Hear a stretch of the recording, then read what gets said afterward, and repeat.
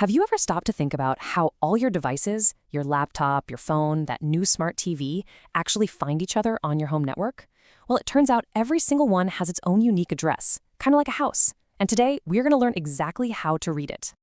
All right, so picture this. You've just spent an hour, maybe more, getting this brand new security camera installed.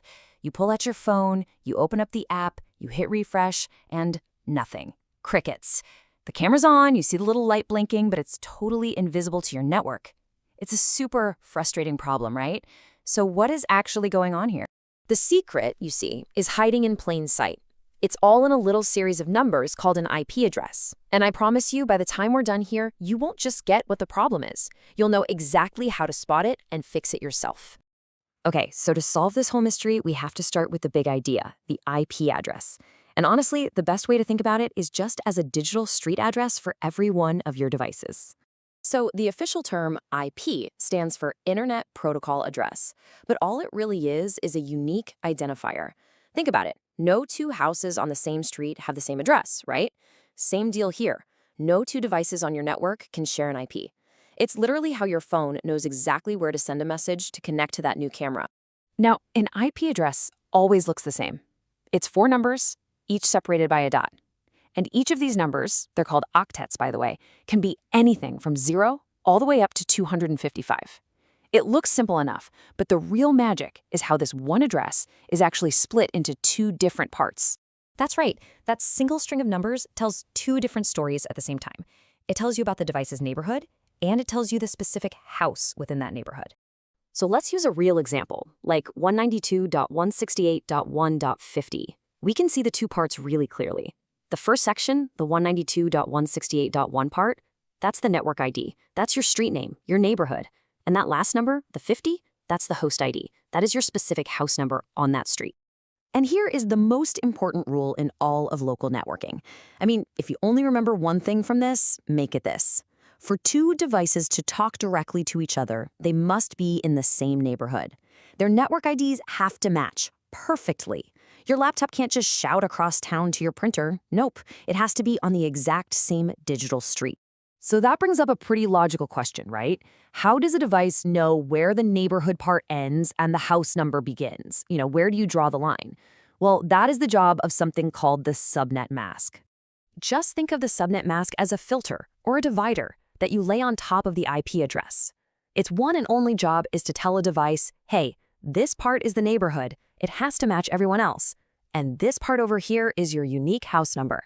The way it works is actually incredibly simple. You just follow 2 basic rules.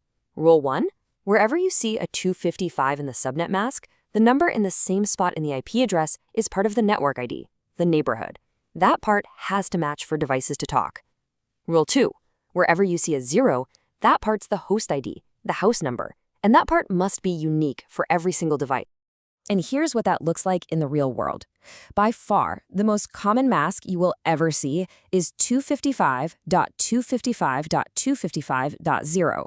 So, applying our rule, this mask tells any device that the first 3 numbers of its IP address are the neighborhood, and only that very last number is its unique house number. Okay, so that's how devices talk to each other inside their own little neighborhood. But what happens when your laptop needs to talk to something way outside, like, I don't know, Google's servers on the internet? It needs to know how to get out of town. And that is the job of the default gateway. It sounds complicated, but it's just the IP address of your router. That's it. When your device needs to send information to a different neighborhood or, across the entire planet on the internet, it just sends it to the gateway, which acts like the one and only highway exit ramp leaving your digital town. And this, right here, brings us to a massively useful troubleshooting tip. Let's go back to that security camera. If it works just fine when you're at home connected to your Wi-Fi, that means its IP address and its subnet mask are probably correct. But if you can't see it when you leave the house and try to use your phone's data, the problem is almost always a missing or wrong default gateway setting. The camera just doesn't know how to find the exit ramp. All right, theory time is over. You know about the neighborhood, the house number, the divider, and the exit ramp. So now let's put all that knowledge to the test with a really practical check. So here's our setup. We've got a server and 2 cameras, camera A and camera B. And you can see they're all using that super common subnet mask, 255, 255, 255.0. Now take a close look at their IP addresses. Okay, here's the pop quiz. Based on the rules we just went over, which one of these cameras, A or B, can our server actually talk to directly? Think about that subnet mask and what it tells you about the neighborhood. If you said camera A, you are 100% correct. The server can see camera A just fine, but it is completely blind to camera B. And let's break down why that is.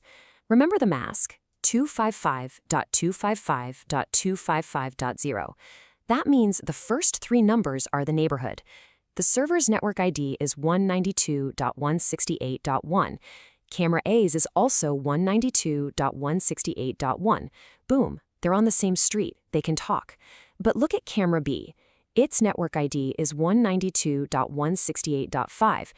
And because 1 does not equal 5, it's in a totally different part of town. The server has no idea it even exists. It's really that simple.